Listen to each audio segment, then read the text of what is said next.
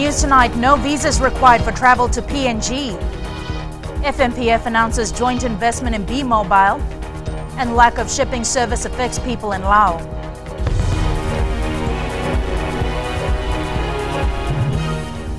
Good evening, I'm Jackie Spade. Fiji and Papua New Guinea's bilateral talks today has seen the two countries formalizing their policies towards encouraging significant trade and investment between them. And as Mika Longa reports, PNG is prepared to give Fiji 15 million kina to help with its election preparations over a two-year period, 2014 and 2015. Today's bilateral talks between Fiji and Papua New Guinea was described as very positive as the two Melanesian big brothers move towards strengthening trade and investment between them. PNG Prime Minister Peter O'Neill revealed both countries have agreed to relax the immigration policies. It now means citizens of both countries will not require a visa to enter any of the countries. O'Neill says this is to allow greater labor mobility, trade and investment. Fiji has also agreed to PNG's proposal for both countries to meet annually, alternating between the two countries. Prime Minister O'Neill has also revealed his government will be sending a team of officials to Fiji to recruit Fijians into its public service. Meanwhile, today also saw the signing of the B-Mobile agreement between FNPF, Vodafone and B-Mobile PNG. The agreement sees Fiji holding 40% shares in B-Mobile, with Vodafone to manage operations in PNG. Prime Minister Vorengan Bainimarama described the event as historic, as Fiji takes a significant stake in PNG. He also described the venture as an important milestone in Fiji's relationship with PNG. Bainimarama says business thrives when telecommunications improved. The Prime Minister adds that B-Mobile signing will see Fijians sharing knowledge with their fellow Papua New Guineans and transfer of skills. Prime Minister O'Neill says his country will always be ready to assist Fiji in its commitments. His government has agreed to give Fiji 15 million kina to assist with its election preparations. Mika Longa, FBC News, Port Moresby, Papua New Guinea. Meanwhile, O'Neill has today announced that PNG will provide 50 million kina, Fijian 40.36 million, to assist Fiji's preparations for elections in 2014. Prime Minister O'Neill made this announcement following bilateral talks between him and Prime Minister Vorengan Bainimarama at Parliament House. Following that, both parties signed a joint communique calling for stronger relations between the two countries. The lack of shipping services to Laos for the past few months has worsened and is resulting in calls for immediate government assistance. People are saying it is the worst ever. Apisalome Dhokar reports. The lack of shipping service to Laos over the past months has affected the life of everyday people, from adults to children and even babies. We do not have tea in the morning. There is no sugar, no salt, no flour, no rice, no mosquito coil. Nothing is left in our shops. We are being bitten by mosquitoes every night, as Lakemba is on a blackout since there is no fuel to provide electricity during the night. Even our students have missed their exams because of no electricity. Those with lamps and have a little kerosene left will only lit it for 15 minutes every night to have their dinner, then turn it back off. In Mola, it's more than a month since the FBCTV has not serviced us due to the engine problems. Our shops are out of stock. There is no fuel. We cannot hold our one-hour meetings, church meetings, because we cannot move around as there are no outboard fuel. No shipping services is not new to Laos. This has been an ongoing problem and has really been felt by the people here.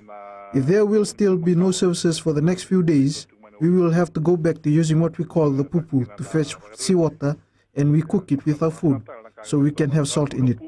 Seaview Shipping, which provides service to Laos, says they have received 25% of the $185,000 owed to them by the franchise department. They expect to receive the rest on Friday. Operations Manager Sadia Prasad says they will confirm on Thursday if they will be able to restart their Laos service on Friday. The Commissioner Eastern's office says they understand the problems that faced by the people of Laos and have been working round the clock to provide assistance. It's not only Laos, you also have the problem in Lomaiviti as well. And And right now, there's only 2 government vessels that should be operating, and the Ilulawatu should be taking the first trip to the Upper Lau group, and I believe it should be leaving tomorrow. Lieutenant Colonel Rika says the MV Ilulawatu will make 2 trips in a row to Lau before moving to Rotuma and the Lomaiviti group. Apisolome Doka, FBC News. The government says there is room for fine-tuning of the draft constitution. Following 3 weeks of public consultations, Attorney General Ayasaid Qayyum says they are pleased with the number of submissions that have been made. As Christopher Chand reports, the legal team themselves have picked up a technical aspect that needs to be amended. The draft constitution consultation moved to Nandi and then on to Singatoka last night. AG and his team briefing the public, clearing doubts. Since this process began 2 weeks ago, the government team has been receiving a growing number of submissions. I have not seen any of the submissions. We have had some people who made submissions, written submissions which have been sent directly to our office, and that is things like, some technical aspects.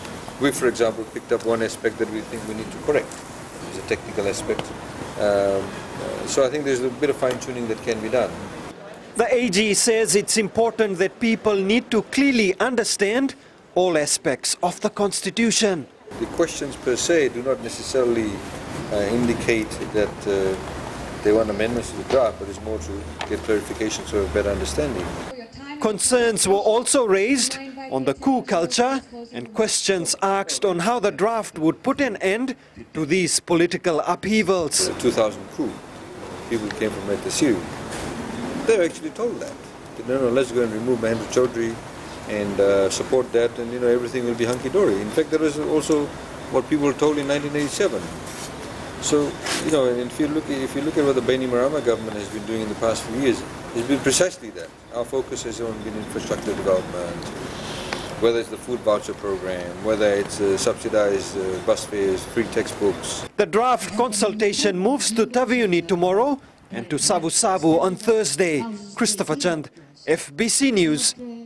Former Prime Minister Mahendra Chaudhry has filed an appeal against the indemnity he has to pay to the Fiji Times Limited for an article they published in 2008. Chaudhry instructed his lawyers to sue the Fiji Times for defamation after publishing stories regarding alleged tax evasion. However, the Master of the High Court ruled in favor of the Fiji Times and awarded indemnity cost of $35,000 to the media company. That has now been challenged by Chaudhry's lawyer. The matter was called in the High Court this morning and has been adjourned to the 28th of May. Coming up after the break, authorities to clamp down on stray animal owners.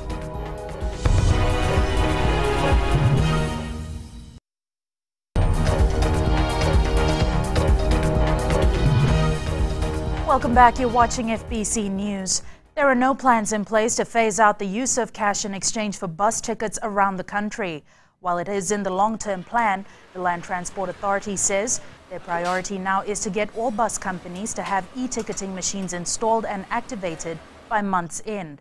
The LTA will begin its enforcement period from May 1st, taking non-compliant bus companies to task. In the meantime, the travelling public can continue using either cash or their e-cards. Meanwhile, the Fiji Bus Operators Association has called on all its members to comply with the requirements set out by the LTA. FBOA President Richard Lal says they have no choice but to comply as it is the law, and he is confident all will do so before the deadline. If you're one of those who is annoyed by stray animals on the road, then here's some good news. Hefty fines and impounding programs are in the works for cattle owners who do not take responsibility of their animals. Shanal Sivan with the details. Road users can now be relieved as the Ministry of Primary Industries will make changes in the fines to those owners who let their animals go astray. The fines can be a deterrent to stray animal. A lot of people wait until government officials comes around and round off cattle. Little they know that it's a responsibility of people who own cattle to look after their cattle. Tunambona says they have tried many methods previously, but this time the Agriculture Ministry will be strengthening its impounding program. Animal on the road, if they're impounded, owners of this cattle will have to pay fines. And the fines are dependent on the distances that they are taken to the pounds and the time they are kept in pounds. But a lot of people should know that we have a responsibility to play when we have cattle. The Agriculture Ministry also says most people are still not aware of the danger and even serious accidents caused by strays on the roads. Shanal Shivan, FBC News. A number of local artists performed an aerial dance in Suva today. As Shireen Lata found out, learning this particular dance wasn't easy. However, they were all ready to take the stage after only 1 week of training. Aerial dancing is something new to Fiji. This type of dance incorporates an apparatus often attached to the ceiling, allowing performers to explore space in 3 dimensions. Like any other activity, this particular dance also requires lots of training, as there's the potential of injuries.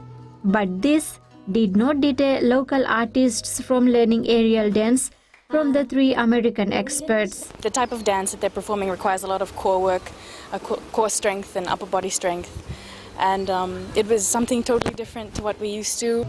For the audience, today's performance was something unusual. It's very interesting, but for me it's so if I tell to do it, it's so scary. This is all in an effort to promote cultural exchange in the Pacific. It's a great opportunity for the U.S. Embassy to partner with local organizations to promote culture, especially a culture that's unique to the Pacific. Because Hawaii, the U.S., is a Pacific nation, and so we just want to encourage more collaboration in the arts, the sciences, among experts, artists throughout the region. The 3 artists will be in the country for another 2 weeks, teaching this unique kind of dance to the local artists. Shireen Lata, FBC News. And Jamie is here with Tuesday Sports, and what do you have for us? Well, coming up, Nandronga Rugby gears up for FRU AGM. Also, Mba gets Fiji FA support for Champions League. That and more after the break.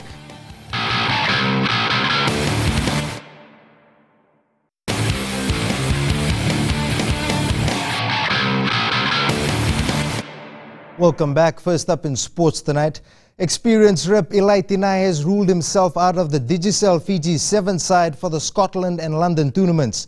Tinai has cited personal reasons for opting out of the team, which will be trimmed down on Friday. The Fiji Rugby Union says Tinai was not being dropped, but had requested to take time out from the 2 tournaments. Meanwhile, the Fiji Rugby Union annual general meeting takes place in Suva next weekend. Being an election year for the board, it will be interesting to see who gets voted in. Indra Singh spoke to one of the unions who will have a lot of say in the elections. As we see Nandronga trying... It's time for the rumble off the field. Unions are now gearing up to choose the next Fiji Rugby Union board. Who comes in will need to work hard in trying to take the sport forward. And one union, which are the traditional giants in the country, want nothing less than this. Try to put together things that will ensure moving Fiji Rugby forward, and we're always pushing for areas that need to be addressed to be able to move Fiji Rugby forward. Being the champion on the field and also off the field in terms of administration, the election of office bearers is something which Nandronga doesn't want confined to themselves. All unions, they all have their nominees that needs to be submitted, and Nandronga is no exception.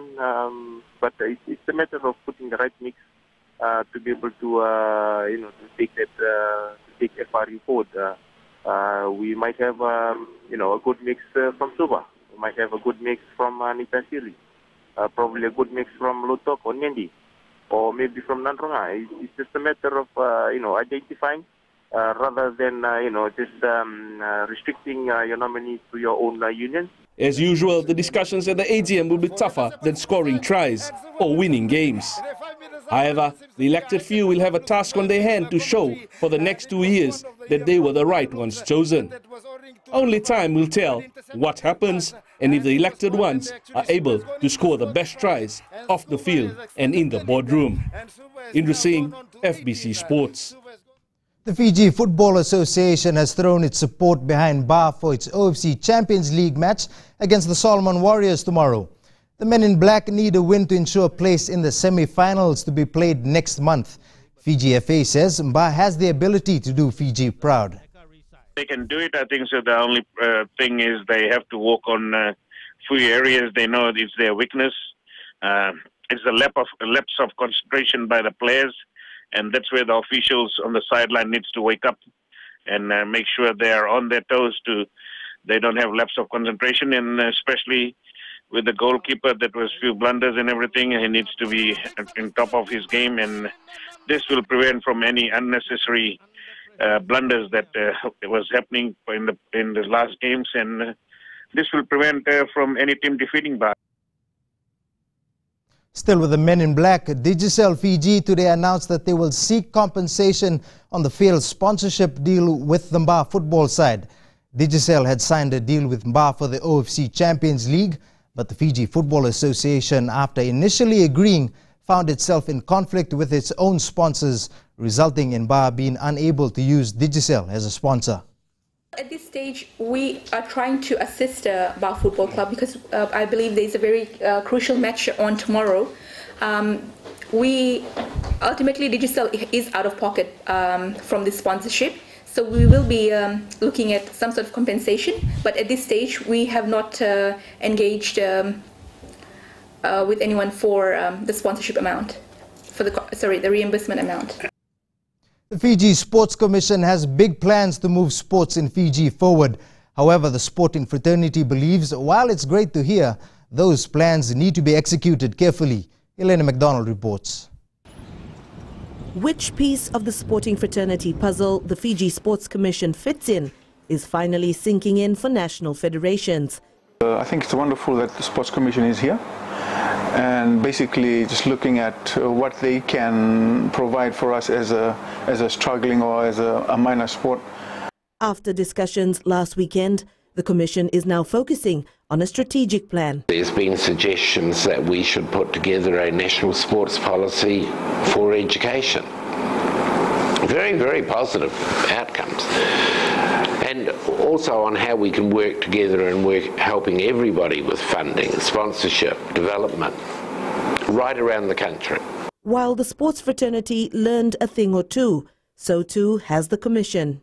A minor sport should get, the same type of treatment and not, one is better than the other, so they deserve to get more money. So, this has to be some fairness in how funding is distributed and so on. It's all systems go now for the Commission that set up a temporary office. We're building up our database now. We've now set up filing systems on every sporting federation, and with over 60 people attending in the weekend, we only have 44 federations, so it shows that there was a very good turnout. By the looks of things, there's still a long road ahead, but a bright future for sports in Fiji. Elena McDonald, FBC Sports. Asco Motors is the latest sponsor to hop on board Fiji National Rugby League's Road to the World Cup campaign. Bought at a heavily discounted price, Fiji Rugby League officials now have a four-wheel drive Hilux, which they say will boost their development program. This is our first automotive sponsorship that we've secured to date. We've never had a sponsor to be our vehicle partner, but this is one of them. And the vehicle will be used mostly for development officers. Will be now known as the Asco Motors Rugby League Development Team. They'll be using it to travel around Fiji. Following the World Cup in October, FNRL has plans to promote the sport in the Northern Division. That's your Tuesday Night Sports. It's back to Jackie now for business.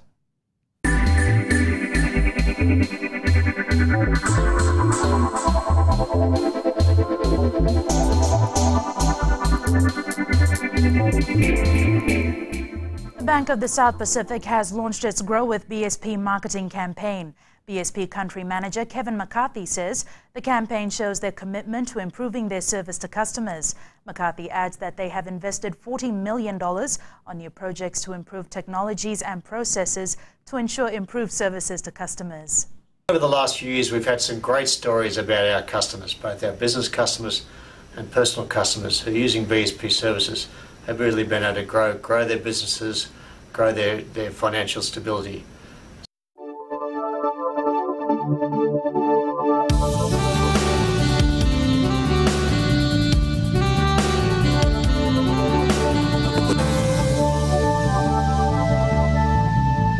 And it's weather time now with Genevieve.